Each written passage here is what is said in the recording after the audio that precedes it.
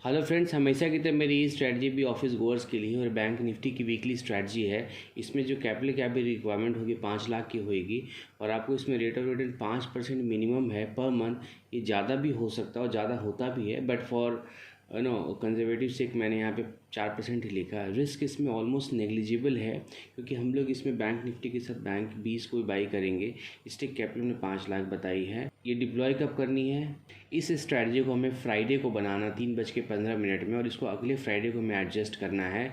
Friday को क्यों बनाना है, एक बार हम लोग उसको बैंक निफ्टी की वीकली ओपन और क्लोज को जाके चेक करते हैं। Because without back testing nothing works here, और शायद हमें कॉन्फिडेंस भी नहीं आता है इतना। देखिए, ये हमारा ना बैंक निफ्टी का वीकली चार्ट है। वीकली चार्ट का मतलब है कि ये हमारा मंडे से लेके सैटरडे तक का चार्ट है।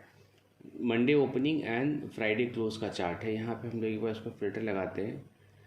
फिल्टर लगा के हम लोग यहाँ पे देखते हैं कि ना कितनी बार जो है ना आपका बैंक निफ्टी जो है एक वीक में, मतलब मंडे से फ्राइडे के बीच में मोर देन 3% क्लोज किया है ऊपर, ग्रेटर देन 3%। ओके, बहुत ध्यान से देखिए। यहाँ पे से एक बार इसने 5.46 क्लोज किया है, मतलब 5.46 का मतलब 45,000 अगर है बैंक निफ्टी तो 2,500 पर क्लोज किया है। बाकी करीब 165 वीक का ये डेटा है और बाकी 164 वीक्स में 3% से नीचे, मतलब 1200 पॉइंट से नीचे क्लोज किया। 1200 पॉइंट बहुत इंपॉर्टेंट है, राइट। अब हम लोग स्ट्रैटेजी पे चलते हैं। ये मैं वीकेंड पे क्लोज कर रहा हूँ और इस दिन बैंक निफ्टी की जो स्पॉट है ना 48,200 है, तो हमें इसको याद रखना है। हमें क्या करना है कि फ्राइडे को 3:15 पे 48,200 पी को बाई करना है। कौन सा बाई करना है? मंथली एक्सपायरी को बाई करना है। और मंथली एक्सपायरी का मंथ के स्टार्ट में बना रहे हैं तो आपको इस मंथ की, और जैसे मैं आपको यहाँ पे 19 को बना रहा हूँ तो मैं नेक्स्ट मंथ की जून एक्सपायरी को बाई करूँगा, जो कि मुझे 1301 पॉइंट पर मिल रहा है। और उसके साथ साथ मैं 47,200 के पी को सेल करूँगा, जो कि 905 पॉइंट में मिल रहा है। तो एसेंशियली मैं 1000 पॉइंट का डेबिट स्प्रेड बना रहा हूँ, जिसकी कॉस्टिंग टोटल 400 पॉइंट की है पर लॉट बैंक निफ्टी।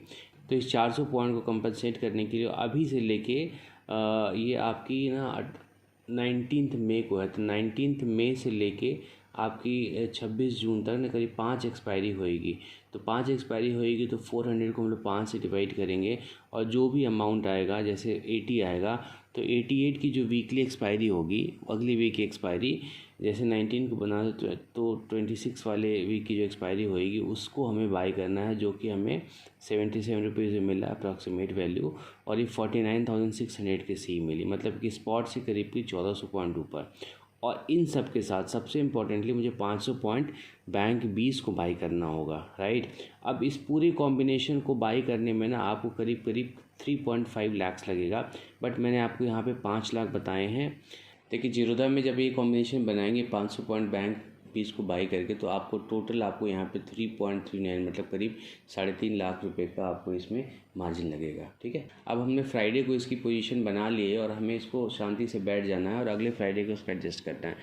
अगले वीक नेक्स्ट फ्राइडे को मान लिया बैंक निफ्टी 48,200 से बढ़कर 49,200 हो जाता है, तो अपने वीकली एक्सपायरी जो 77 रुपये की बेची है ना, वो हमारी जीरो हो जाएगी, है ना। और उसके साथ साथ जो है हमारा बैंक 20 ना करीब 1000 पॉइंट का मतलब है कि करीब करीब आपको 5,000 रुपये की प्रॉफिट दे रहा होगा। बट आपका जो पुट एक्सपायरी है वो आपको लॉस में होएगा, बट एनीवे ये ट्रेड आपका प्रॉफिट में होगा। तो यहाँ पे क्या करना है कि जो 49,600 आप एक बार बैक जाके देख लीजिएगा, जो हमने लास्ट एक्सपायरी की कॉल को शॉर्ट किया था ना, उसकी वैल्यू जो है करीब करीब 50 रुपये के आसपास होगी या उससे भी कम होएगी। आपको वहाँ पे प्रॉफिट जो भी आया बुक कर लेनी है।